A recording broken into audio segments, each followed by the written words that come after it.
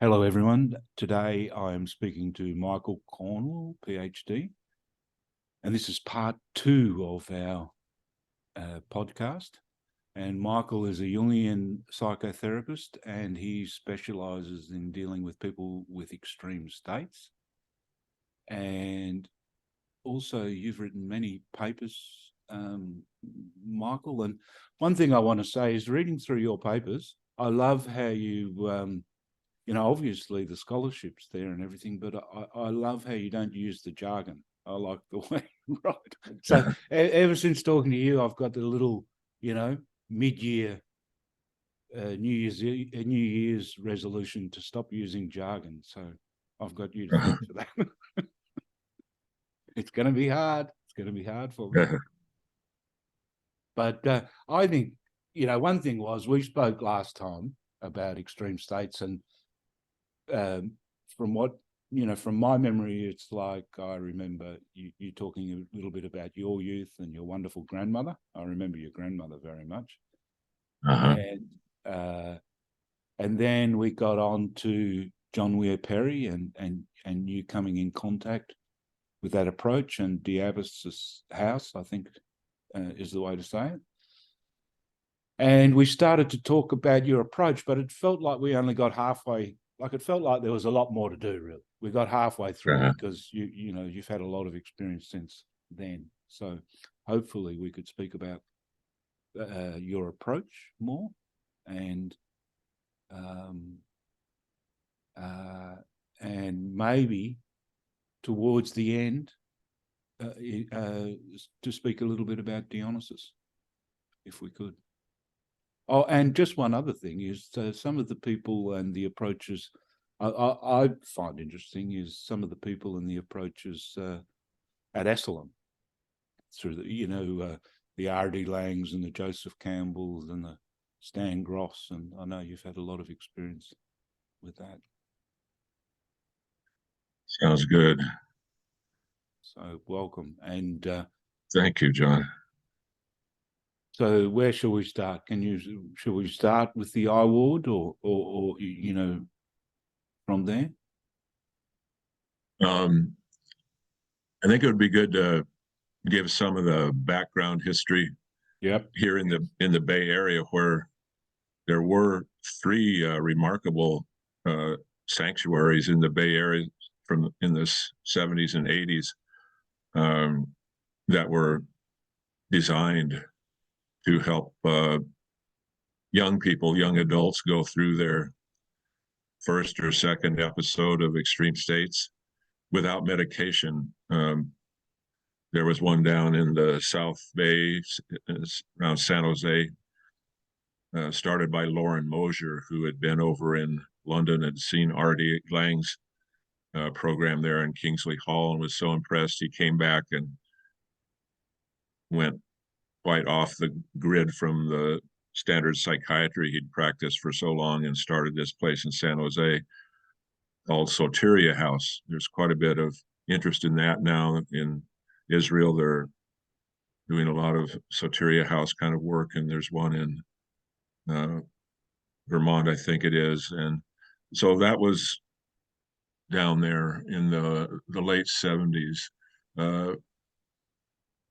But I think before that started, there was a remarkable 2 of these sanctuaries came out of some of the history of Esalen. I'd like to just talk a little bit about that because it's really still very viable. The research that was done by the Esalen initiative called the Agnews Project. There's a state hospital, the Agnews State Hospital.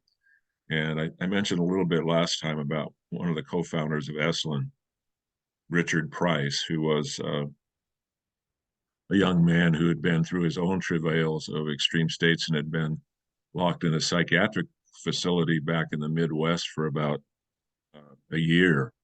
And he came out here to the West Coast, San Francisco, and met another young man, Michael Murphy, whose family owned this wonderful property down there at Big Sur, where Esalen is. And they got together and started meeting with some of the leaders in the time in the human potential movement. That was all uh, rising up at that time too. Uh, Maslow and Carl Rogers and some of those pioneers, Aldous Huxley and Alan Watts and John Weir Perry got involved with those uh, two young guys down at Esalen. Michael Murphy said of Richard Price that for Price, Esalen was his revenge on the mental hospital. So Esalen was part of this human potential movement that to this day is still very important.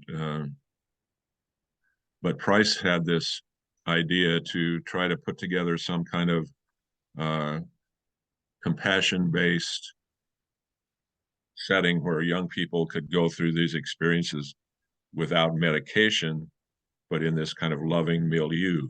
And so he was able, with the actual funding, some funding from the National Institute of Mental Health and the California Department of Mental Health, to get a ward at this Agnews State Hospital, where they designed this world-class research project for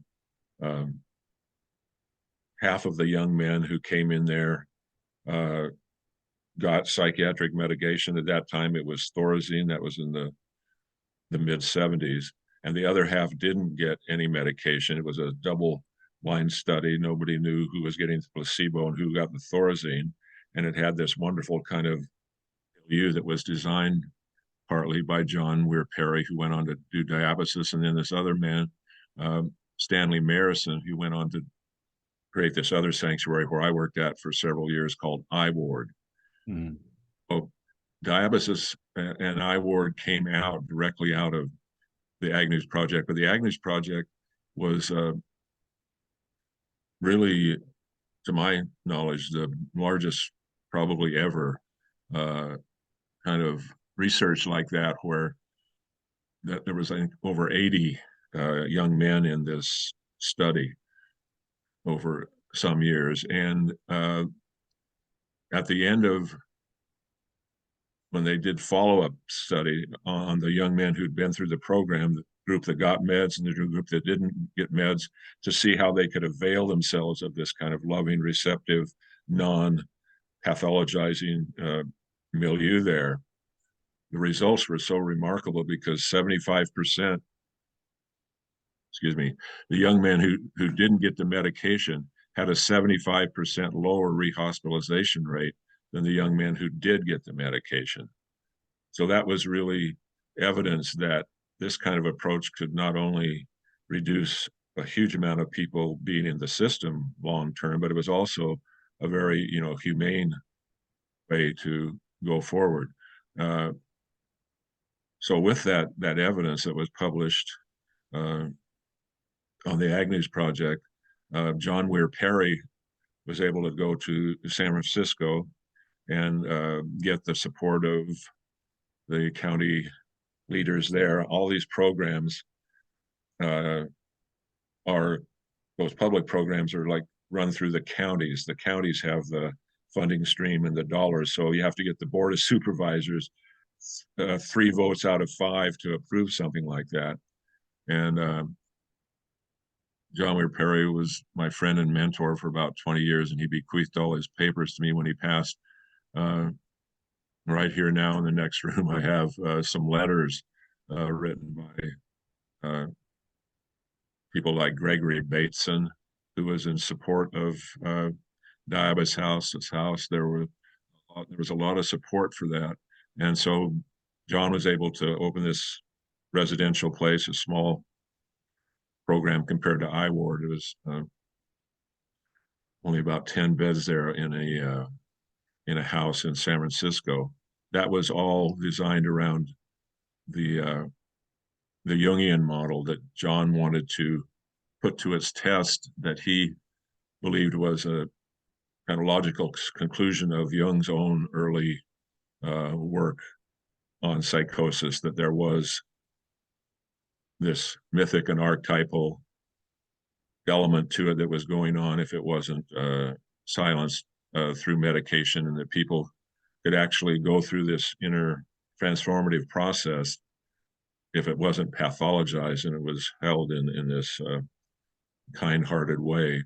I think I mentioned last time that John was Jung's heir apparent in terms of that whole area of psychosis after World War II, which I talked about, where John had been involved. He went to Zurich and was with Jung, and I talked about in the last episode we did how that was when he was there with Jung. But when John came back to the States, he worked with some people in some other psychiatric settings and was amazed at how they were so open to him. And he said it was a result of how open he was coming from being there in Zurich with Jung.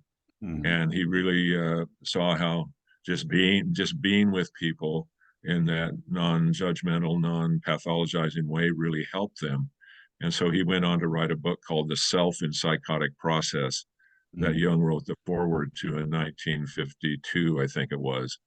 So that gave John quite a bit of credence when he was able to then go to the people in San Francisco and say, let's fund one of these places, and with all the support from Bateson and everybody. So they opened Diabasis House there, and it was open for several years. And I ended up doing the follow-up research on diabasis, where I interviewed the staff and I interviewed John extensively. And I was able to find, like 20 years later, I did my research. One of the residents who went through their diabasis, just as an example, she was a young woman who had gone to law school. She'd been really expected by her family to be some kind of professional, and she chose to go into law. And but somehow her soul, that wasn't what her soul's real calling was. So as she passed the bar exam and was ready to go out into the world, the inner kind of soul crisis happened, and she went into this extreme state process, quite dramatic. And she went to Diabasis House, and she'd never been interested in art or an artist before, but there, one of the ways that Perry knew was helpful to let people express their emotions. A lot of people when they're in those states, they can't, sit there and tell you, well, I'm doing, they can't verbalize it and articulate it. They're in this kind of metaphorical world that's full of archetypal energy too. So she started painting, and she painted all these emotions, all this powerful energy coming out was being expressed through her paintings. And I guess at one point she had her whole room was papered with these paintings. And I think she even said she had some on the ceiling. Anyway, she went through this really deep process there at Diabasis, and I was glad to be able to interview her extensively. And she said she didn't think she would have made it without Diabasis. She would have probably ended up in a long-term psychiatric situation. Anyway, she didn't. She went on to become an artist, and that was her full-time life. She didn't go into law at all. She became an artist and a painter, and had her own studio, and her works were shown in galleries and things. So it was a remarkable kind of example of when people go through into these extreme states, there's a purposive intention that the psyche is needing to go through this, what seems like a terrible breakdown. But if it's met with kind of a loving receptivity, John used that term as I was interviewing, that kind of receptiveness. I talked about that in our last episode when I was with that young man I was talking about who hadn't talked for 3 months. And I was with him even over Zoom, and just being there with him for an hour on end. I was just sitting there holding that space, not even saying anything. And then finally he came and spoke for the first time in 3 months. It seems pretty miraculous, but it's really like, it makes sense too. If all that inner turmoil and all that affect and all the imagery and everything is going on, to have almost like a alchemical vessel there for it to come out, that's so crucial. If it's not given, then the person can just, even if they're not medicated, a person can get lost in all that, and can be, the rest of their life trying to get through it. And when stressors happen, then they go back into the unconscious. I mean, Jung talked a lot about that. So anyway, that was kind of a snapshot of what happened at Diabasis. And so there were a lot of young people went through there. And the same time, this place, IWard, was open where I was. John was you didn't actually work at Diabasis. I mean, you did the research after, and then after. And IWard. Yeah, and so John was quite explicit with me about the need for family involvement. In fact, he really believed through his time that caused him to write the book, The Self and Psychotic Process, that Jung wrote the foreword to, that it's possible to go through these experiences, this inner transformation, without the family being involved. In fact, sometimes the family can be detrimental in his view. Our approach on IWard, let me tell you a little bit about IWard. So IWard was the springboard for that was the Agnews project too, because the man Stanley Mayerson was also involved in the Agnews project, also was down there and part of the program design. So Stanley came to the East Bay here in the Bay Area and got the county supervisors and lobbied and went out and said, we can divert a large amount of these young people from being in the system long term with this kind of intervention up front. And it's a humane thing to do, but you people who are in charge of the money and the dollars, you can see where you could save a lot of money too in terms of the services you're not going to need to provide if someone goes through this and for 3 months. And just for 1 second though, Mike, was there resistance as well, from quarters in all of this? Did you, from the medical establishment or whatever? Did you meet any of that? Well, there was. I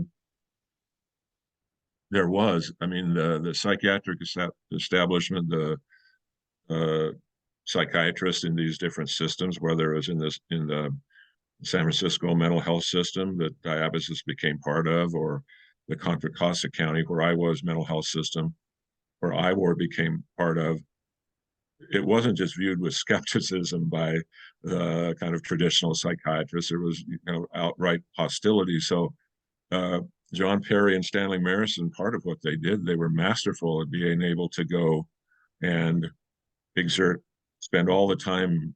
When I said lobby, they really lobbied. They went to each individual supervisor, they met with them, they kind of triangulated and got people on board, and then they get one person, then they go get another. So all these decision makers, basically it was a way to overrule the wishes of the in-place psychiatrist.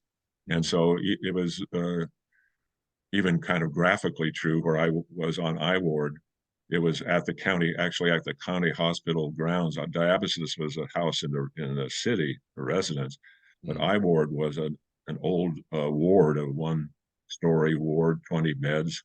It used to be an old TB ward in this county hospital that had been open since the 1800s. And so Mayerson was able to get that space. He got the funding for it to be open, and it was open for 8 years, which is remarkable too. The history of IWard is fascinating. I wrote an article. People can look at it. It's called Remembering a Medication-Free Madness Sanctuary. It was open for 8 years. Diabasis was open for 5 or 6 years. It had been closed at one time and then reopened again. Satiri was open for several years, but none of them were as kind of industrial strength as IWard was. We had access to the psychiatric emergency, which was about 50 yards down the hill from us. So when someone would come into our mental health system, whether it was through the psychiatric emergency in an ambulance because they were out floridly in extreme states in the community, or touchdown in one of our outpatient clinics, Mayerson had this ironclad MOU with the Board of Supervisors that said that young person goes directly to IWard. So many times I would go down the hill from IWard, there'd be some young man or woman there, in kind of a full-blown or really closed down extreme state. And I would just, the staff on psych emergency would say, well, here's one of yours, and I'd walk up the hill with them to IWard. But it was always, we kind of viewed ourselves as a Trojan horse within the mental health system, and we were always trying to support the constant pressure to close us down, because just down the hill from IWard was a traditional psychiatric ward, JWard, where it had all the rooms with the restraints in them, where people would be in there in 5 and 7 point restraints and given large doses of Haldol and everything. So it was really like a strange situation in a way, and we were happy to be there to provide that services, which the goal was for Diabasis and Soteria and IWard was to get young people through this first and second process kind of on a time clock, to not be in that process for 6 months. The whole label of schizophrenia requires that someone have symptoms for 6 months before they can earn that label. So we were kind of in a race against the clock to get people through these processes, out, discharged, and so they wouldn't get labeled with that label. And IWard was so would say not radical but revolutionary in that way. We didn't even want a research component where we were testing people first and then doing all this before and after evaluation. We wanted people to just be in this warm, loving place where we were going to engage them with their family, very, very similar to the open dialogue places over in Scandinavia that are so successful. So we wanted to help them through this process. We had some halfway houses set up out there where they could go a step down after they were full through the really acute phase, but they could stay there for months on IWard. The average stay was usually a couple of months. Let me say just a little bit about how I got to IWard, because that in itself is part of the, not just history, but looking forward, how these places get set up and how people get there. I was in graduate school here in the Bay Area on a master's on my way to becoming a therapist and a licensed therapist. And I'd worked for a year there as an intern, John, in a high-end private psychiatric hospital. I had all these radical, revolutionary ideas from R.D. Laing and from, like I mentioned the last time, reading Jung's collected works and stuff. But I was working in this place where it was just the traditional, someone comes in, they're medicated, they're really just knocked out. And that was, that's the standard care to this day. Someone comes in, and the whole theory behind that, which is in my view, which I mentioned last time, as a medic since I was 18, there's no real science to prove what they claim. They say, they tell the families, well, every time your son or daughter, every second that they're in this so-called psychotic episode, they're undergoing irreversible brain damage. There's no evidence of that, but it's kind of like the way of justifying it's not true. So we, after I left that place, I found out about IWard. I felt like I'd gone to a wonderful another world, to walk into this place where it's 20 beds, the doors are wide open, it's not locked like the other place I was. There was no medication there at all. There were no restraints. People who would go into these extreme emotional, physical outbursts of anger or fear, whatever, we would hold them in a safe room. We would hold them, 4 or 5 of us would hold someone. They could be in there raging and kicking and screaming and biting for an hour, and we would just hold them tenderly like you'd hold your own child who was going through some kind of a travail like that. And every time I was in on so many of those, the person, after all that energy and all that emotion was released, they would start to, like any of us do when we cry and weep and are very emotional, we start to kind of slow down, and pretty soon And we feel that it's a great relief sometimes after we cry to like, oh, I got that out. Oh, gee, you know. And they would start to kind of sob and shake, kind of like a kid going like that. We'd hold them. And that was always usually a turning point when they would go through one of those things. So you can see the contrast between the traditional psychiatric hospital, where it was medication for all, lock them up, restrain them if they get out of hand. The IWard, no medications, no restraints. And then with the diagnosis, because of the county funded program, we had to draw down the dollars, we had to have a diagnosis. But instead of diagnosing them inappropriately or unethically quickly with schizophrenia, we would not do that. We would, or bipolar. We never diagnosed anyone bipolar or schizophrenic or schizoaffective. We diagnosed everyone brief reactive psychosis. So that way we could have a diagnosis, the dollars would come in to keep the place open, but there was no like long-term label that the person had to fight for their life. You had a question, John? Yes, can I ask you a layperson's question? When I remember, and you would have heard this before, and I'm interested in how you'd answer it.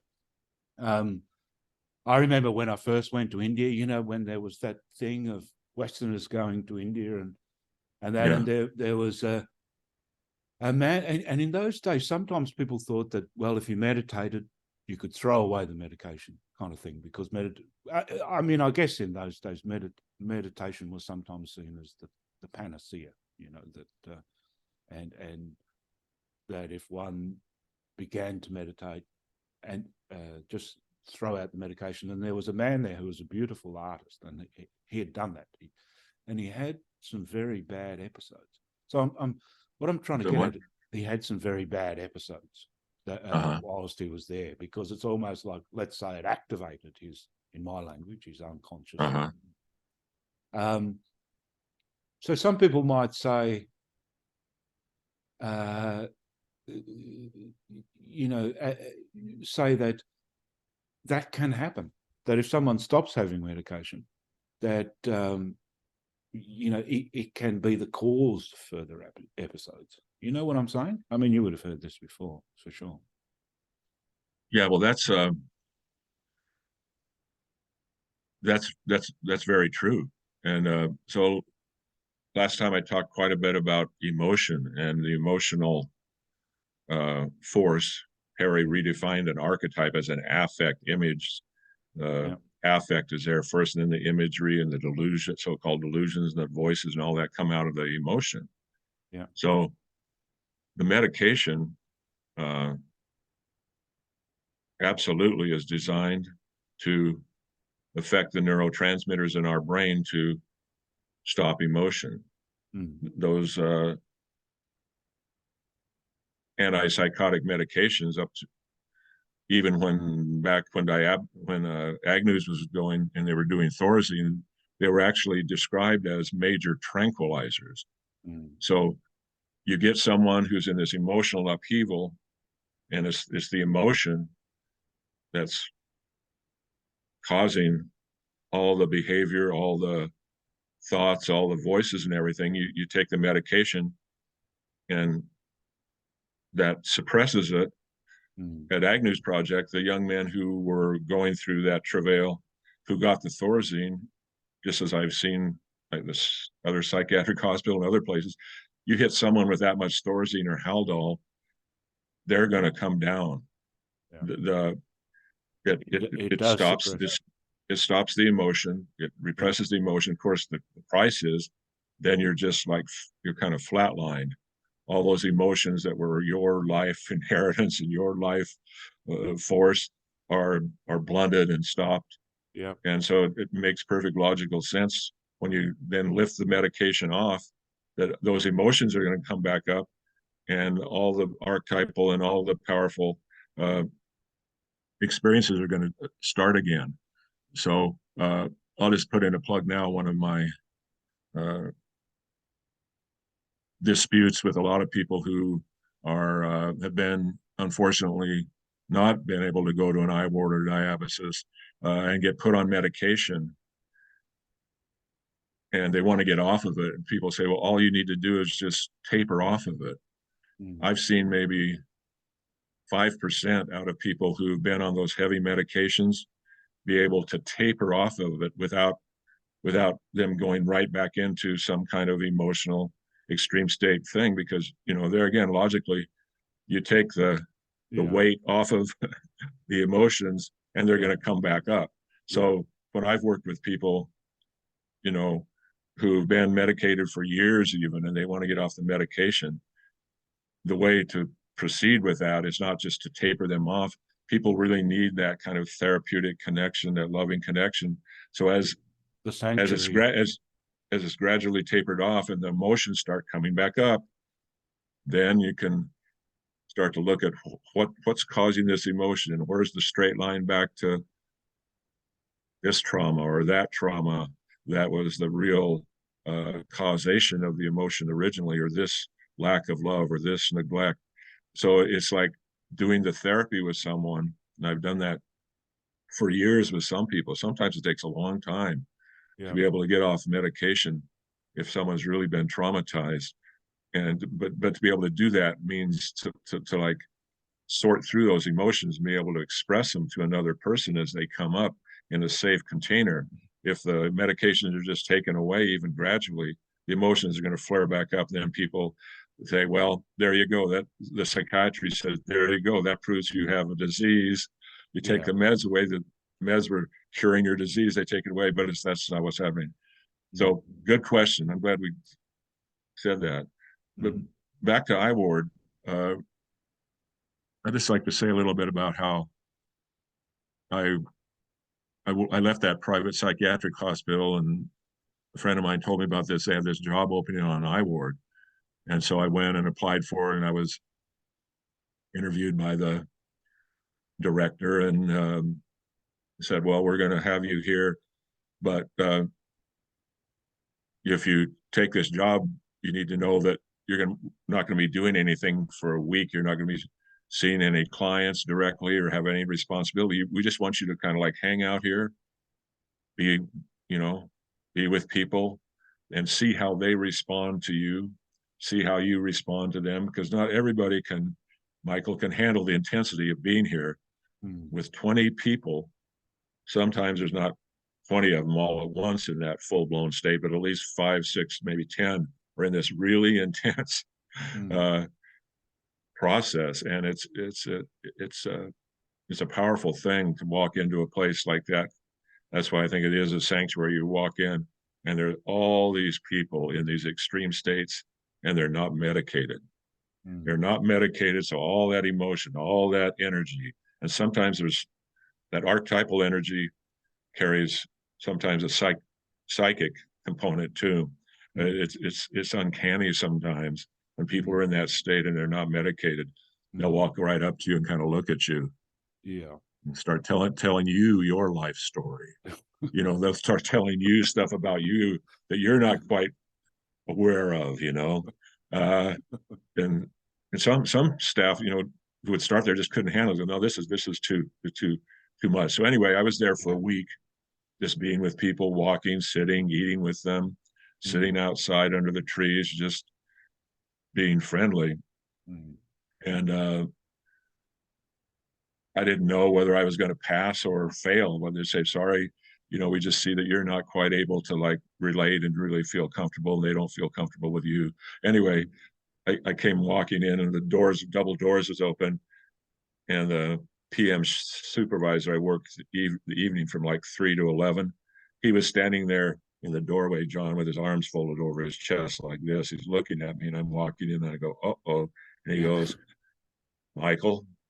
It was really emotional for me. He says, Michael, we've decided you can do the work. The work. That's how they saw it, as like this sacred work to help these young people.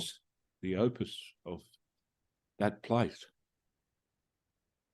Yeah, the significance of that for someone's life, if you can help them through that so they're not trapped in this system for the rest of your life. The staff there took that really seriously, and they were wonderful. All the staff had, been through what I did, the kind of initiation. Anyway, he says, you're first person that you're going to be assigned to help is in the back day room. I said, well, who is it? He goes, just go back there and see. So I walked back there to the back day room. No one was there but this young woman standing on a table about 3 foot tall, totally nude, standing there with her arms raised in this ecstatic transport, going, heavenly, heavenly, heavenly. She was in this blissed out, ecstatic, light filled, archetypal, spiritual, some would say, bad zone. I just kind of went, oh my goodness. Was this, What did am I you going say to that do? was that your first day? Did you say? Huh? Did that happen on your first day? Is that what you said? No, no, that happened after a week of being there Right. on probation to see if I could Yeah. handle it. After I'd been there for a week, he said, you know, we've been watching you. Yeah. We've decided you can do the work. So Yeah. that was my first day on the job in terms of actually trying to Okay. help someone. Okay. Yeah. So I introduced her. I just said, hi, I'm Michael. And she just kind of beamed down at me like, you know, she was in this ecstatic state. And finally, I was able to like bring a blanket, and she accepted putting that around her, and she went in her room. But she was in that place. I mean, at IWard, there was an expectation because we believed that the family system was the main crucible and the main place where the family had been traumatized, had been intergenerational trauma. There was all this pain in the family. Someone in that family, we called them the identified patient. Now we call them, you know, open dialogue talks about it being the person who's, what is it, kind of carrying the truth for the family. Anyway, we wanted to get the family members in there and try and sort out what was going on, sort out, you know, why this person right now and why this person in their history with the family was in so much pain.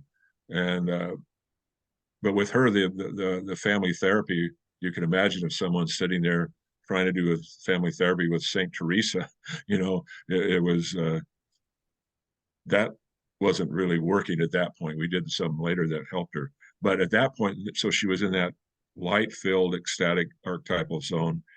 And then I came in work about 3 or 4 days later, and she was there. She would like kind of know I was coming. She'd stand there and greet me as I was coming in through the open doors. And I came in and I walked up, and she's just looking at me again in that, you know, that ecstatic state, which if she'd gone anywhere else, they would have medicated her within 2 hours and that would have all been gone. That would have been gone.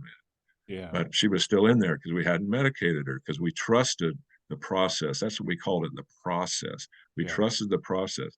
So she's standing there and she's going, I am the bride of Christ, the new harbinger of the new world, you know, the new blessed world of Jesus. And then she leans forward and she looks at me and she says, and she's holding up one hand, I am the bride of Christ. And then she leans forward and she goes, but in this hand, I am the daughter of Satan. And oh, the hair just stood up on the back of my neck. I went, oh, because I could feel it, and her eyes bore into mine. It's like all that unmedicated hate and rage and like cruelty and like, I am the daughter of Satan. You know, that has those deep kind of mythical archetypal powers that Jung talked about. You know, these forces, he said, are just as alive today as they ever were. This, you know, this mana, demon, gods, ghosts, all that stuff.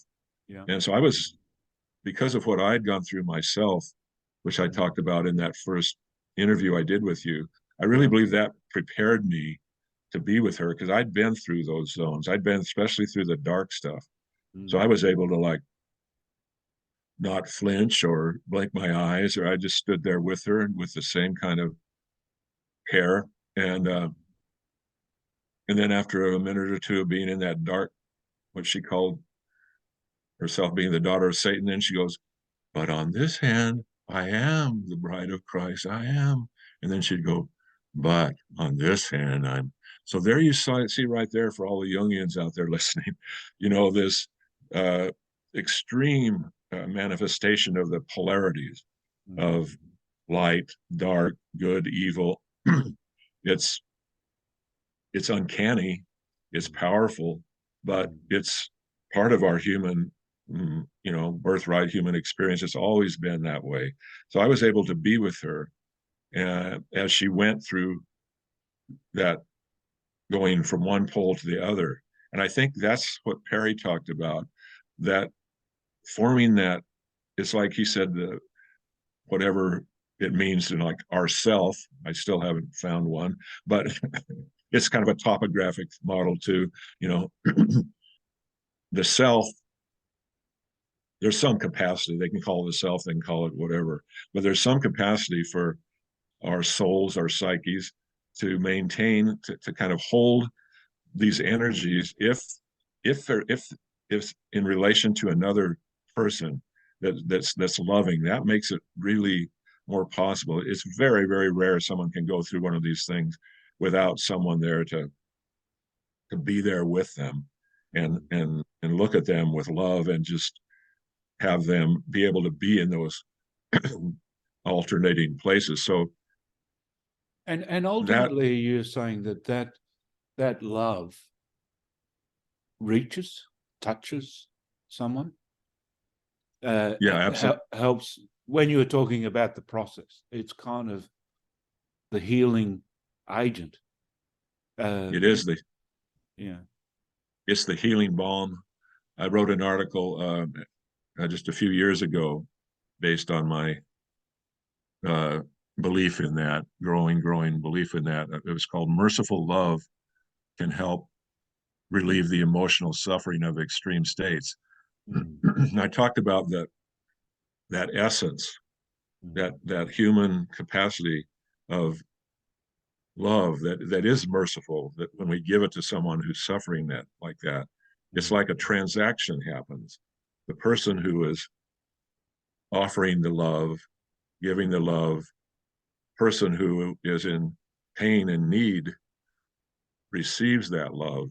And that's what we need. I mean, you don't have to be in an extreme state to need it. Yeah. You've needed it before. I've needed it before. We've given it before to a loved one who was in the hospital, who was injured, who was frightened. We give it to our children when they come to us in the night with a nightmare and they're terrified. Your grandmother gave it to you, and she gave it, yeah, and strongly. And I always remember James Hillman saying, just in a wider therapeutic context, that people go to therapy for love. Yeah, they do. It's a human need. We need it so much when we're suffering like that. So to identify that and have it front and center, these trainings I do at Esalen and the APA and graduate schools and everything, that's what I share. I do an actual experiential exercise with people where two people are sitting across from each other, and one person is the person who's in emotional pain, and I just guide the other person who's going to be the caregiver to be in their body, to be out of their head and not analyze, and to try and be in their heart as if they were with a loved one, with a relative, and just be there present with that person. And then the person who's in distress in this role play, but there's no emotion there, I say, don't do psychodrama or role play. Just say these three simple words to the person sitting across from you. I feel very sad. I feel very angry. I feel very afraid. And that's the heart of the training I do, because then people are paying you for up. that? People are paying. Huh? No, that was a joke. People are paying you for that. But it's kind of the depth of it, isn't it? It's the essence of. Well, it's almost too simple, because then when we open it up to the group and I just say, I don't talk, I just say, what were people's experience of that when you're the caregiver? Then we'd switch and the other person would be the caregiver. A lot of times people cry when they've been the person saying those words and the person across from them was in that loving, open space. They said, God, I felt seen like I never had before. And the people who are in when they say, when I was in that caregiver role, Yeah. I'm a psychoanalyst or I'm a psychiatrist. I mean, I do this training with all kinds of professionals. And they say, sometimes they even get kind of irritated with me. They say, my God, it can't be that simple. I just couldn't help but be going immediately to starting. And I know, Michael, you showed us how to like get out of our heads, kind of get out of the theoretical black box. But I went back there. I couldn't help but going back there about with problem solving, thinking what's wrong, thinking, Yeah.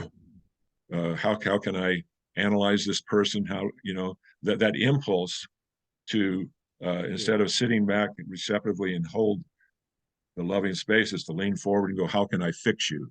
I'm going to like figure you out. Some people said, they kind of confessed and said, shook their head. And these guys who've been doing, the women been doing this work for years. So, I had a real hard time not going into my fix it mode instead of just loving mode, because we're not trained to do that. Yeah. We're not trained. I mean, it's our 15 years Western addiction, you could say, is to go into how can we fix this mode. Yeah, and think it through and analyze it. And I've done all these years of training. I've got 5 different modalities I can choose from. This one, CBT, DBT, rational emotive, Jungian, psychoanalytic, behavioral. I have a whole bunch of things in my bag of tricks. You're telling me to leave my bag of tricks away for a while? Yeah, that's what I'm telling you. Just sit there like you were sitting there with your daughter who was suffering in front of you. And be quiet and just hold the space, just love them. And so that's what we did on IWard. And she went through her process there. I remember one remarkable day she went into a rage as more and more as I was with her, like the young man I was talking to you about, where I was with him the first time he spoke in 3 months. When we go into their world with that loving presence,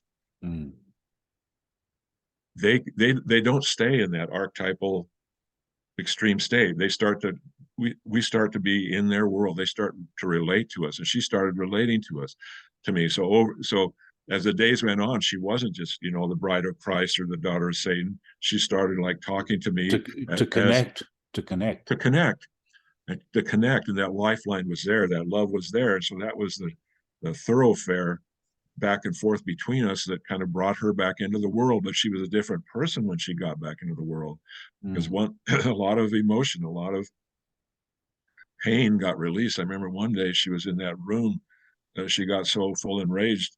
I was in there with her, and she screamed at the top of her lungs for an hour about the rage and the pain she was in. And just like crying, sometimes it's not just venting, it's more than venting. It's like that emotional truth comes out. And when all that emotional truth starts to come out, then we start to okay, I can be present here in the world. I'm not in this volcano inside of myself. So after she went through this for a couple of months there, she was a young mother, all the common situations, the husband, family. And Michael, I know I'm interjecting a little bit. Is something I picked up last time when we were speaking is, again, in the traditional psychiatric model, there's this, sometimes it's a label for life, isn't it? Whereas people can go through a certain experience, and it might be a powerful, archetypal, trembling kind of experience in my language, or whatever, but people can come out of those. That's the thing of this. That seems to me what you're saying as well. Like, it's not a label for life. They can come out of it. We proved it. Diabasis proved it. It proved what Jung had intimated at. He wasn't surprised when he wrote that foreword to John's book, The Self and Psychotic Process, that that there can be a purposive, necessary process. And especially for young people, it's kind of like that. We talked about it, the leaving home extreme state process. Sometimes the launch into adulthood is a huge developmental hurdle. You know, it's more than a glass ceiling to go into that independence, financial independence out there, going to college, trying to have your first romance, your first sexual experiences and all that. Yeah. And people, young people who had been able to function, you know, through high school. It's very rare to see these kind of things happen. Mm. Very, very rare in grade school or in high school. But once people are kind of like, okay, I've got to go out there in the world, and the parents are going, well, it's up to you now, you know, even though parents are very loving and supportive, there's all that, you know, how am I going to perform with my peers? I'm going to go away to college in the dorms. We saw so many people would have their young people would have their breakdowns in their first 6 months at college, you Right. know. So yeah, it's entirely possible. We proved that was the whole part of Perry's thing. He wanted to prove Jung's ideas, and he did. The Diabasis House, that this approach of attending to the psyche and the deep unconscious and all this down there, all the affect, that it can be what the person needs. So about 4 years after this young woman left IWard, she'd never showed up back in one of our outpatient clinics. She'd never been back to psych emergency. She was like one of the ones we go, well, she got launched. She went through her initiatory purposive transformation. I was working in an outpatient clinic there at that point and still in the county.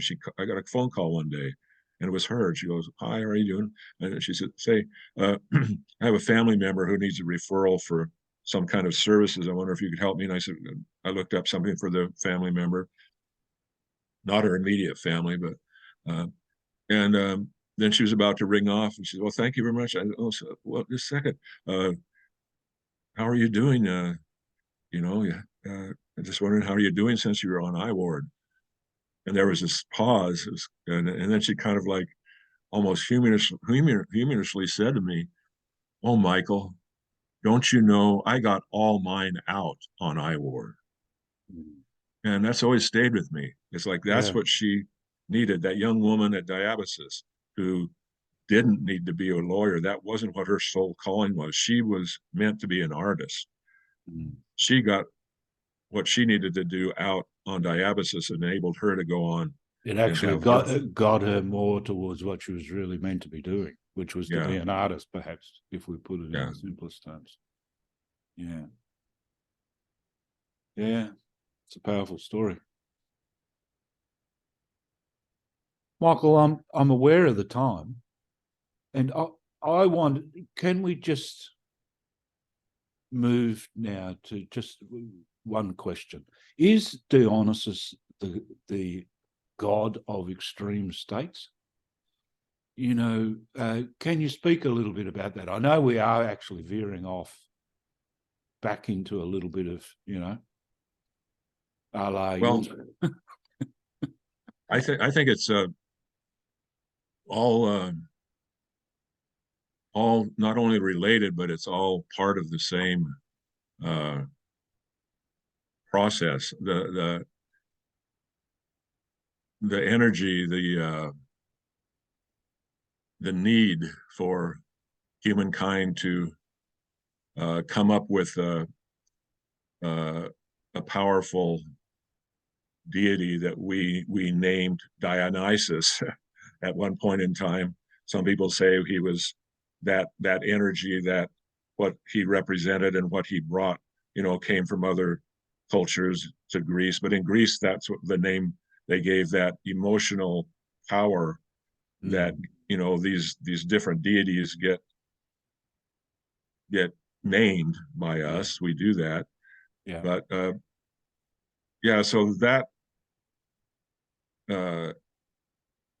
uncivilized, that part, Dionysus being the deity that wasn't part of the city-state world. He was always outside the city limits. He was always outside with his followers, who he would draw out of the city, out there in kind of wild, you know, we are mammals, we are animals, that kind of deep psyche truth of our emotions and our needs, of the what would be called wanton sexuality. Out there was no sin. There was no kind of like thou shalt not. It was like, here you are, you're free, you can dance, you can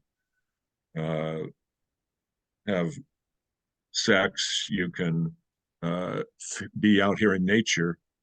So that part of us that misses nature, that misses being outside, that misses living under the stars, that misses that kind of pure uh, mammalian existence. I think that's what got called Dionysus then, and it's as present here today in your body and my body and our psyches as it ever was. I just like to say a little bit about Dionysus and how that became, for me, really connected with this whole world of uh, extreme states that John Weir Perry, who I was in analysis with for 4 years, and then I went on to become his friend for about the next 15 years. And I did the research on Diabasis. He told me a lot about his time in Jung when he was, with Jung when he was with Jung there for a year, not in analysis with him, but just talking with him every week or so. Jung wanted to do that. Perry led me to read this book by Diabasis back in the 80s about Dionysus back in the 80s called Dionysus Myth and Cult by Walter Otto.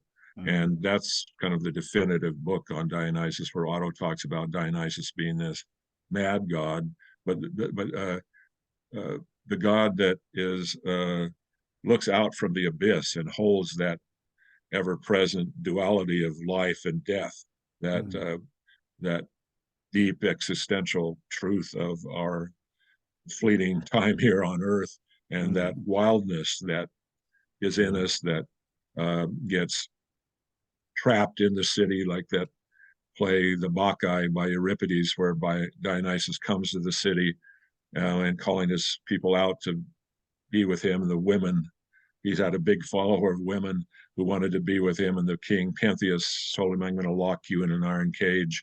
And then Dionysus hypnotized him and had him dress as a woman and went out, and he met his tragic end. But what for me, I was reading Dionysus, and I'd been immersed in all this so-called madness of, at that point, working in these situations, my own experiences of it.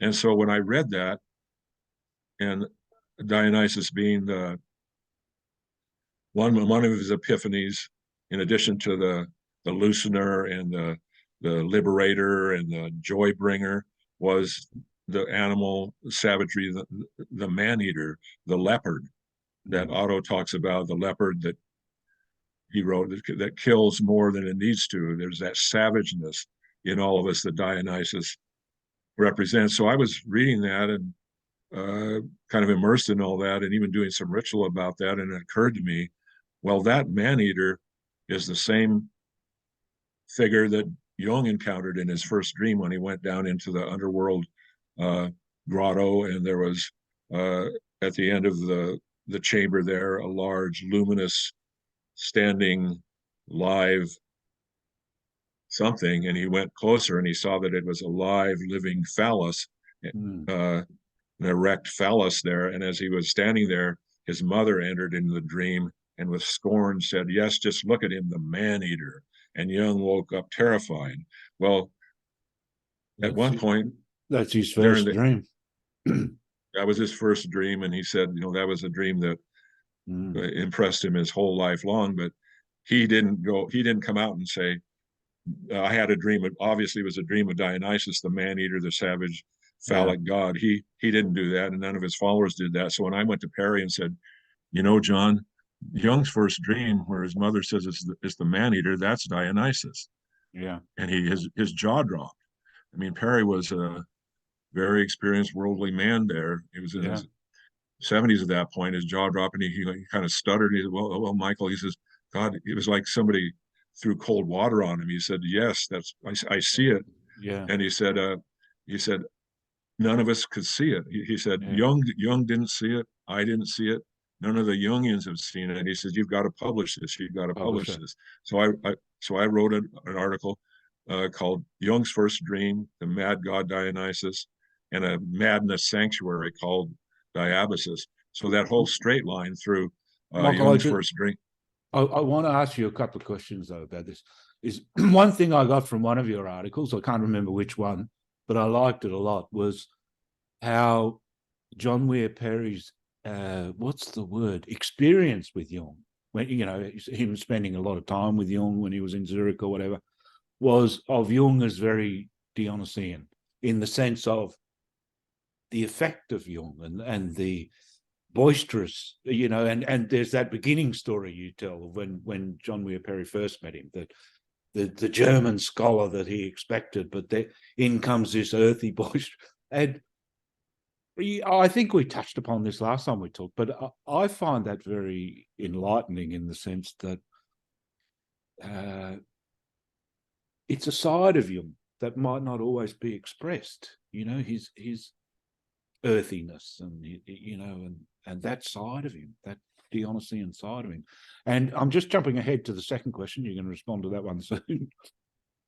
Is that whenever you mention this, like recently I said something about Apollo and Dionysus, and then sometimes you immediately get the sign of the cross from people. It's like, oh yeah, that's cool. Yeah, okay, Dionysus, yeah, okay, he's part of the pantheon sort of thing, but acting out. We've got to stop the acting out. It's like, if we all go over there to Dionysus, you know, what will people be doing? They'll be what? Running down, dropping ecstasy, hugging, you know, fornicating at the cafes. So I don't even know what the question is. It seems to me that mostly there's this kind of fear. There's an incredible amount of fear about Dionysus.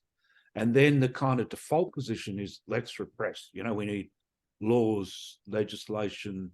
We need people to be civilized. We need people to be tamed up a bit, because this is all a bit out of control. It's like Jack Nicholson in One Flew Over the Cuckoo's Nest. You know, how are you going to control a man like that? Well, I think that's central to that article I wrote, because I laid out why did Jung not claim Dionysus as that deity in his first dream that influenced his whole life? Why did the Jung community never make the obvious secret in plain sight conscious to them that Dionysus was Jung's first dream? In the article, I say Jung was aware that Nietzsche, who came out and declared God is dead, meaning Yahweh, Jehovah, the Christian monotheistic God, and then Nietzsche adopted Dionysus as his personal kind of deity. He even talked about, you know, the Superman, you know, the beast. He knew what part of what Dionysus represented, but that was appropriated by the Nazis then, who then put that as part of their doctrine and the blonde beast and all this stuff. And so I think part of Jung's aversion to claiming Dionysus as his own was because he didn't want people to be able to say about him what they, you know, said about Nietzsche. Yeah. But also, I believe that in Jung's personal life, and we talked about this too, when he transgressed and had sexual relations with that young woman, Sabrina Spellring, who'd been a patient of his, a psychotic patient in the hospital. And then afterwards, he had relationships with her. And you can see it in the letter that he wrote to her, where he's trying to manipulate her to not out him. Basically, it's a letter saying, you know, I'll lose all my life's work. I might kill myself, you know, and then kind of the carrot and the stick. But, you know, I can help you with your interest in psychoanalysis. You know, basically, it's a man trying to get a woman to shut up. So he had all this. In fact, I think the fact that he was so vulnerable to her coming out, Freud already knew about it, because Jung and Sabrina's mother had contacted Freud. If she had really had another breakdown and been hospitalized and was saying, Dr. Jung did all this to me, his career, his whole legacy was hanging by a thread. I believe that's what tipped him over to be into the process he was in, that was documented in the Red Book. So he even in that last time I talked to you, that dream teaching that he shared with John that he never published was Yeah. a dream of his mother-in-law's, this menacing dragon that he figured out, the menacing dragon nightmare he'd had for years was actually the same emotion he felt when his mother-in-law walked in the room. So he had this whole thing around him being unfaithful, him being vulnerable, around his sexuality, around his wildness. And in the black books, there's that encounter he has with Salome, where he's kind of taking the position of the Protestant fathers. I will put my heel on you and the serpent because you are the great temptress. And and Salome just kind of laughs at him and says, well, actually what's going on here is this is your desire. So that whole thing that we all have Mike, about our desires. What Let I'm me trying to finish. get at. Yeah, okay, you go. You keep on going. It's not just the 2,000 years of oppression, Yep, or more of the monomyth culture we have of laws that says these kind of things are sins, and some version is you're going to go to hell and burn if you do this kind of stuff. That's enough to repress. And then, as you wrote in the article, there's a whole contrast with Apollo that says the irrational is less than the emotional. The irrational, the emotional, the irrational should always be superior. And so the whole thing around the so-called enlightenment and Descartes saying, I think, therefore I am, then Nietzsche coming and says, no, I feel, therefore I am, and then modern science, and then psychiatry. There's a straight line for me. Psychiatry says, if you get too wild, if you get too Dionysus, if you get too mad, we will put you in an iron cage, just like Pentheus said to Dionysus in that play. So to me, it's all part of a stream of our culture. And but to this day, people right now in the United States, women and people of different genders are being persecuted for the same reasons that people are being locked up. It's all about repressing the natural body, the natural sexuality, the natural inclination to wildness. So I'll stop there and answer your question if I can. Well, I think there's always the thing of, it seems to me that repression is the main thing that people take, the main way that they take, because it's a wild energy, isn't it? But the question is, for me, and especially sometimes, when I'm talking to people in my orbit, is they think that if you talk about Dionysus, that it's all about the kind of laissez-faire allowing of desire. But I think that Pentheus story is saying something else. It's that through trying to repress the energy, that's how sometimes these things erupt. And that thank you. Perhaps by recognizing, allowing, that we somehow can gain our own regulation around that kind of energy, That's a super important point. I mean,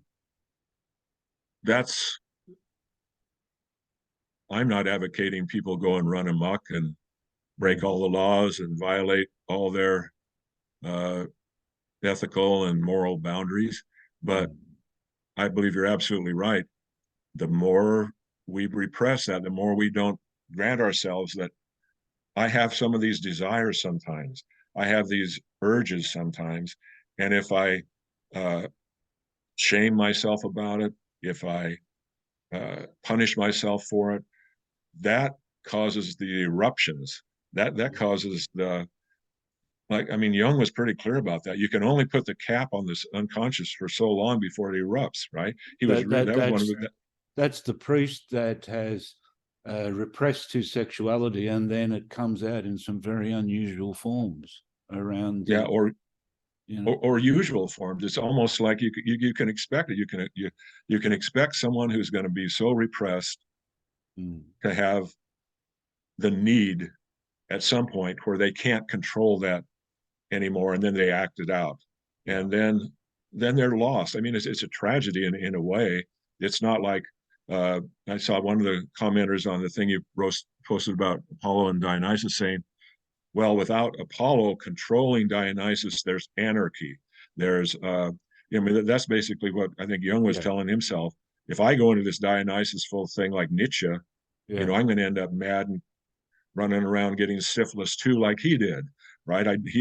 Nietzsche died of syphilis. So Yeah. it's like, well, what's the measure there? How can we, like that young woman, how can we hold those two poles of the bride of Christ and Satan? And God bless her, she was like this person this young Because I think it all young relates. woman. She'd never gone to college or read Jung or anything else, but Yeah. it was dramatically coming out in her life. And when she said, Michael, I got all mine out, she was able to say, look, I'm still the suburban mom raising my kids, going to the grocery store and everywhere. But I went into this thing that I needed to go into. And in some level, I think we all need to be able to hold as much of those poles as we can. But I also think too that if we can't let ourselves recognize that we have this so-called dark, primitive, animalistic part of our nature, that also impedes us from having what I would call really, truly, true loving compassion. Yeah. It's Yeah. pretty thin. It's pretty thin soup when the Yeah. person who is so repressed and so demonizing anyone turns to you and says, I hope you can really feel my compassion for you. And I go, man, I can't No, feel no, I anything. can't. I Well, can't feel anything. I think that moralism is a major disease myself, Well, there you and go. and on the other side, when I think about what you're talking about with with the sanctuary, with the IWard, is that in a strange way, it's like what William Blake said, that the road to excess can lead to the palace of wisdom. I mean, I know it's not quite the right wording, perhaps, in your That's right. context, but it's somehow like it's through an experience of that nature that maybe we will know a little bit more about love and compassion and things like that. Well, in Jung's Red Book, there was that one scene where his actually soul, instructed him to eat the liver of a young woman in there.